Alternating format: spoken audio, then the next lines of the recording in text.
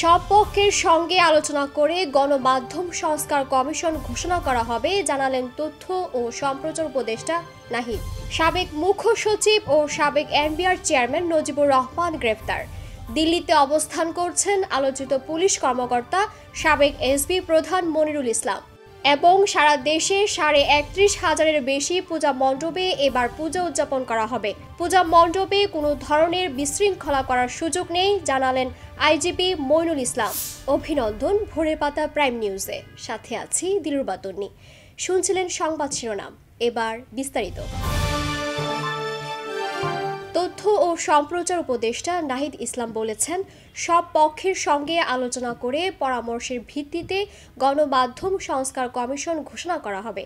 তিনি বলেন, সাংবাদিকদের সঙ্গে দাসসুলভ আচরণের সুযোগ নেই। ওএস বোর্ড সহ সাংবাদিকদের বেতন নিশ্চিত করতে হবে। সোমবার সকালে জাতীয় প্রেস ক্লাবে সংবাদ মাধ্যমের সংস্কার নিয়ে মুক্ত আলোচনায় তিনি এসব কথা বলেন। তিনি বলেন, সম্পাদক ও মালিকরাই ওএস বোর্ডের বিরোধিতা করেন। অনেক প্রতিষ্ঠান ঠিকমতো বেতন দেয় না, আর ঠিকমতো বেতন না দিলে পেশাদারিত্ব ঠিক থাকে না। ওএস বোর্ড সহ সাংবাদিকদের বেতনের বিষয়টি নিশ্চিত করতে হবে। তথ্য উপদেষ্টা আরও বলেন, সাংবাদিক সংগঠনগুলোর সাংবাদিকতা নিয়ে কাজ করতে হবে। সামনের দিনগুলোতে সাংবাদিকতার পেশাদারিত্ব নিশ্চিত করতে হবে এবং তরুণদের আগ্রহী করে তুলতে হবে। নাহিদ ইসলাম বলেন, জুলাই বিপ্লব সাংবাদিকদের জন্য একটা বড় কেস স্টাডি। এই অভ্যুত্থানে গণমাধ্যমের কেমন ভূমিকা ছিল তা নিবিড়ভাবে আলোচনা করতে হবে। নাহিদ ইসলাম আরও বলেন, জুলাই বিপ্লবের সময়ে ইলেকট্রনিক মিডিয়া কোনো কিছুই প্রচার করেনি। সাবেক মুখ্য সচিব ও সাবেক এনবিআর চেয়ারম্যান নজিবুর রহমানকে গ্রেফতার করেছে ঢাকা মহানগর পুলিশের গোয়েন্দা শাখা। ডিএমপির অতিরিক্ত কমিশনার রেজাউল করিম মল্লিক তথ্যটি নিশ্চিত করেছেন। রোববার রাতে ঢাকা থেকে নজিবুরকে গ্রেফতার করা হয়। সোমবার তাকে আদালতে সোপর্দ করা হতে পারে, তবে কোন মামলায় তাকে গ্রেফতার দেখানো হবে তা নিশ্চিত হওয়া যায়নি। ২০১৫ সালে জাতীয় রাজস্ব বোর্ডের চেয়ারম্যান ও অভ্যন্তরীণ সম্পদ বিভাগের সচিব হিসাবে নিয়োগ পান নজিবুর রহমান। ২০১৭ সালে ৩১ ডিসেম্বর তাকে প্রধানমন্ত্রীর কার্যালয়ের নতুন মুখ্য সচিব করা হয়। বিগত সরকারের কিছু কিছু মন্ত্রী আমলাদের মতোই পার্শ্ববর্তী দেশ ভারতের রাজধানী দিল্লিতে অবস্থান করছেন আলোচিত পুলিশ কর্মকর্তা সাবেক এসবি প্রধান মনিরুল ইসলাম। বিস্তারিত থাকছে রাকিব হাসানের ডেস্ক রিপোর্টে। বিগত সরকারের কিছু কিছু মন্ত্রী আমলাদের মতোই পার্শ্ববর্তী দেশ ভারতের রাজধানী নয়াদিল্লিতে অবস্থান করছেন আলোচিত পুলিশ কর্মকর্তা সাবেক এসবি প্রধান মনিরুল ইসলাম। প্রবাসী বাংলাদেশি অনুসন্ধানী সাংবাদিক জুলকারনায়েন সায়েরের ফেসবুক আইডির একটি পোস্ট থেকে এসব তথ্য জানা গেছে। রোববার রাতে নিজের ভেরিফাইড ফেসবুক পেজে সাংবাদিক জুলকারনায়েন সায়ের লিখেন, দেশ থেকে পালিয়েছেন পুলিশের সাবেক প্রভাবশালী কর্মকর্তা মনিরুল ইসলাম। তিনি ওই পোস্টে উল্লেখ করেন, পলাতক এসবি প্রধান মনিরুল ইসলামের অবস্থান নিশ্চিত করেছে অত্যন্ত বিশ্বস্ত সূত্র। ভারতের রাজধানী দিল্লির কানঘট প্লেসের একটি গ্রোসারি স্টোরে রোববার বিকেলে মনিরুল ইসলামকে কিছু নিত্য প্রয়োজনীয় দ্রব্য কেনার সময় ক্যামেরাবন্দি করা হয়। ওই পোস্টে তিনি আরও উল্লেখ করেন, ওই এলাকায় উল্লেখযোগ্য সংখ্যক পলাতক বাংলাদেশি রাজনীতিবিদ এবং নিরাপত্তা বাহিনীর সদস্যরা বসবাস করছেন।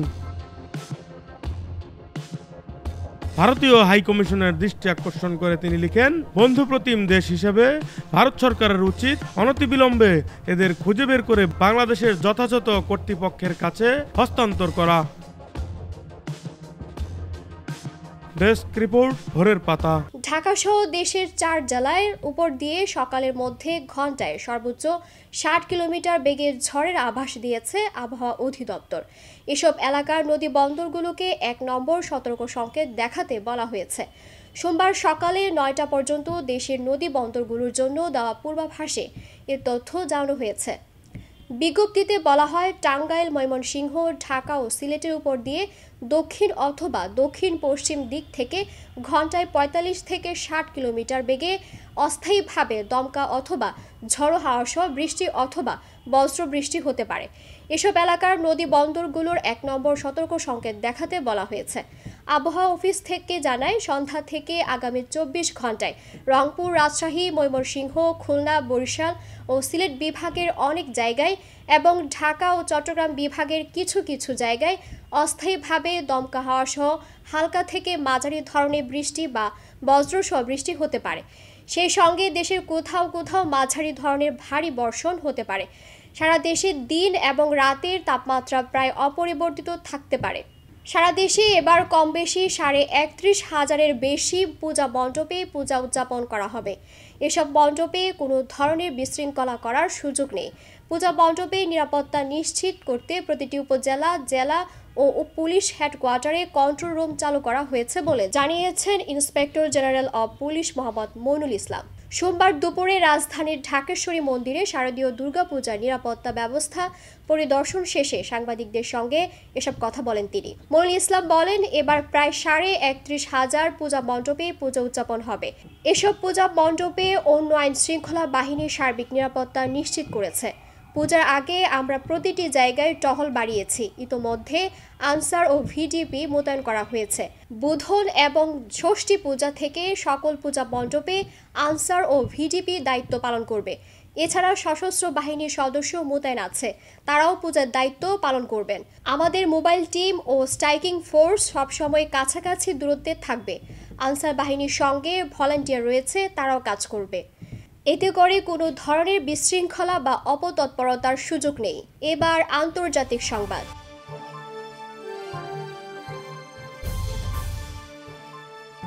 গাজার পর এবার লেবাননে অভিযান শুরু করেছে ইসরায়েল। দেশটিতে একের পর এক হামলা চালিয়ে আসছে তারা। গত 24 ঘন্টায় লেবাননে 150টির বেশি নিশানার হামলা চালিয়েছে ইসরায়েলের প্রতিরক্ষা বাহিনী। রোববার ইসরায়েলি সংবাদ মাধ্যম টাইমস অফ ইসরায়েলের এক প্রতিবেদনে এর তথ্য জানানো হয়েছে। আইডিএফ জানিয়েছে, স্থল অভিযান চলাকালে রোববার তারা লেবাননের প্রতিরোধ যোদ্ধাদের 150টির বেশি নিশানায় হামলা চালিয়েছে। এছাড়া তারা হিজবুল্লাহর শক্ত ঘাঁটি দাহিয়েহের বেশ কয়েকটি ভবনের কাছাকাছি বেসামরিক লোকদের জন্য আরও সরিয়ে নেওয়ার আদেশ জারি করেছে। এই এলাকাটি লেবাননের দক্ষিণাঞ্চলে অবস্থিত। এবার বিনোদনের সংবাদ।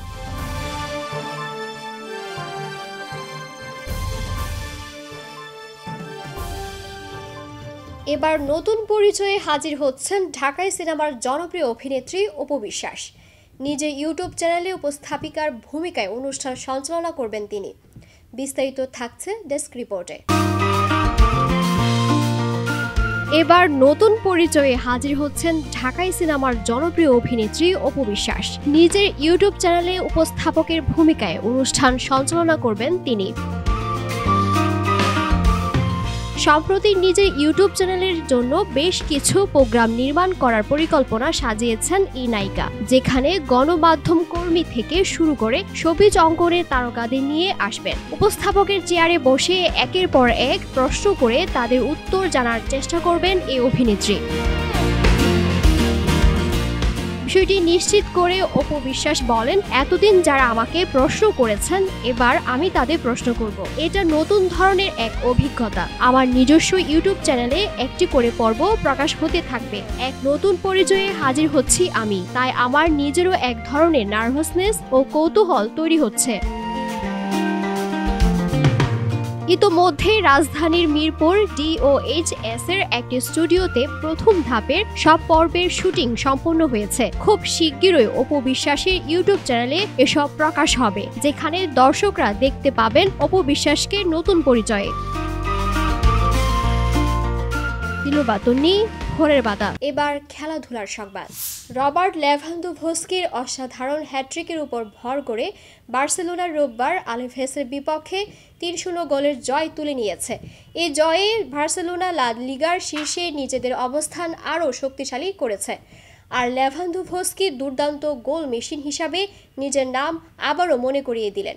চলতি মৌসুমে 10 গোল করে লিগের শীর্ষ গোলদাতা হিসেবে নিজের অবস্থান আরও মজবুত করেছেন পোলিশ গোল মেশিন। এই জয়ের মাধ্যমে বার্সেলোনা 24 পয়েন্টে নিয়ে লিগের শীর্ষে রয়েছে, আর তাদের চিরপ্রতিদ্বন্দ্বী রিয়াল মাদ্রিদ 3 পয়েন্ট পিছিয়ে রয়েছে। আলেভেস 10 পয়েন্ট নিয়ে 12তম স্থানে অবস্থান করছে। সংবাদ শেষ করার আগে শিরোনামগুলো আরেকবার। সব পক্ষের সঙ্গে আলোচনা করে গণমাধ্যম সংস্কার কমিশন ঘোষণা করা হবে, জানালেন তথ্য ও সম্প্রচার উপদেষ্টা নাহিদ। সাবেক মুখ্য সচিব ও সাবেক এনবিআর চেয়ারম্যান নজিবুর রহমান গ্রেফতার। দিল্লিতে অবস্থান করছেন আলোচিত পুলিশ কর্মকর্তা সাবেক এসবি প্রধান মনিরুল ইসলাম। এবং সারা দেশে 31,500-এর বেশি পূজা মণ্ডপে এবার পূজা উদযাপন করা হবে। পূজা মণ্ডপে কোনো ধরনের বিশৃঙ্খলা করার সুযোগ নেই, জানালেন আইজিপি মইনুল ইসলাম। এই ছিল আজকের ভোরের পাতা প্রাইম নিউজ। সারা দেশের সর্বশেষ আপডেট পেতে চোখ রাখুন ভোরের পাতায়। ধন্যবাদ।